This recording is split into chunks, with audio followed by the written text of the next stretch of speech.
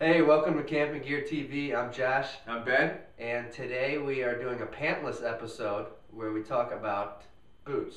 Right. Right? Wait, you're wearing your pants. Yeah, I am wearing my pants. So am I. It's not really pantless. But we are going to talk about boots. Yes. Okay, and we're talking about one boot in particular, which is a boot I'm very fond of, and it's by a company called Gore-Tex, and the boot is called the Vasque, and we actually have an old model, which happens to be mine, used, and a new model. Okay, now these boots generally are going to run you about $180, which people are going to say, boy, that's pricey. But from my experience, I'm honestly going to say they're worth it. Okay. Okay, so let's start with the old boot. We can talk about, how long I've had it and, what problems, pros and cons. This boot I got actually after a hiking trip I did 8 years ago. All right. And I did not have very good boots on the hiking trip, and my feet got torn apart. So I realized the importance of a good boot and ended up getting these. So these are very, very, very comfortable. And if you read a lot of reviews online, whether they're negative or positive, most will say that it is an extremely comfortable boot. And that once you break it in, at least in my mind, it was more comfortable than some of the tennis shoes that I had. About a year ago, my first problem came up where one of the clasps for the lace busted. And you can go, I've just been lazy, but you can go get that repaired at any boot shop. But before that happened, let me get it up here. Yeah. Talking about this little guy here. Yeah, so I had a lot of miles on before I had any problems. In the beginning, once you get, you're wearing them frequently for a couple months, it's pretty form-fitting. After a while, though, the bottom is real hard. It's not as soft. Well, what's after a while? Like a couple years? Or? Yeah, I mean, like I said, I've had them now for 8 years, so right. It's not as comfortable as it used to be. But I've gotten so many miles out of them. Yeah. Pretty good. Tips are steel toe, all right. And I mean, real durable. You could definitely, kick over a brick wall with them. Right. If we look at the difference in design right now, there's not a whole lot that's different. The clasps look a little meatier on the new version. Would you agree?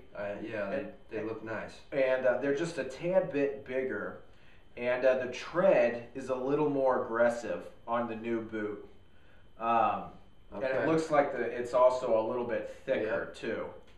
Yeah. So it's waterproof. This plastic part here is on that one. Right, and I think that again is probably going to add more enclosure, keeping water out, keeping moisture. If you're going, if you're going to be going through some water, going through some, shallow creeks and stuff like that while you're hiking. I would think that could promote durability too. Because when you're hiking up rocks and stuff and you're scuffing up the toe, and that would protect against it. Yeah, and again, this is 8 years old, but if you feel the tip on this one, I mean, it's pretty on the black part there. Yeah. I mean, it's real solid, and this one's a little more worn in. So I think they've improved upon it a little, but I'm a big fan of the boot in general. Mm-hmm. I mean, I would say maybe the biggest con is the price, because it's $180.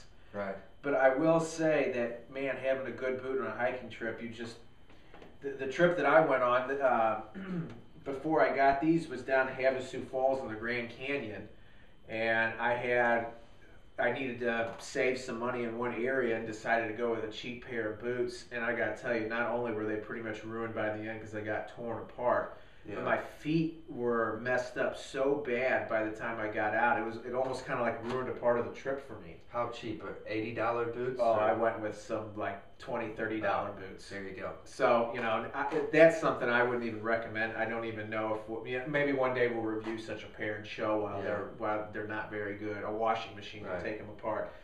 These guys not like that. I mean, they could survive a tornado. One thing I noticed, I have a pair of boots that I use for wading and trout fishing that have this kind of a clasp or wrap around at the top for tying the top part of the lace. Right. And it comes undone a lot. I find myself retying the shoe a lot. Yeah, you know what? That's another point you bring up that might be on the con side is that on the older boot, okay, I can tell that these clasps Right. are a lot heavier and thicker. Right. One of the problems I have with the old clasps is that they would bend, and sometimes bend in so much that I can't get the lace inside there, that I have to pry it back open with a knife.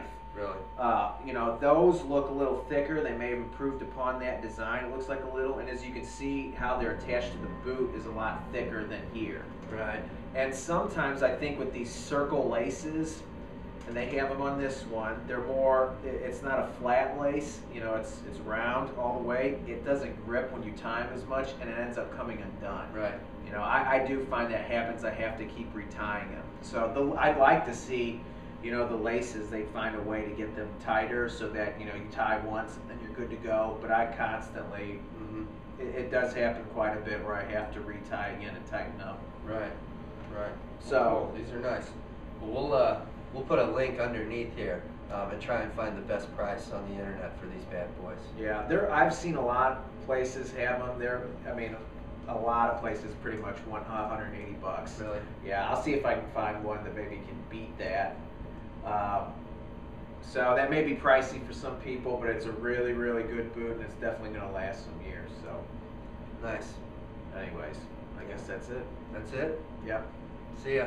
CampingGearTV.com. Check us out.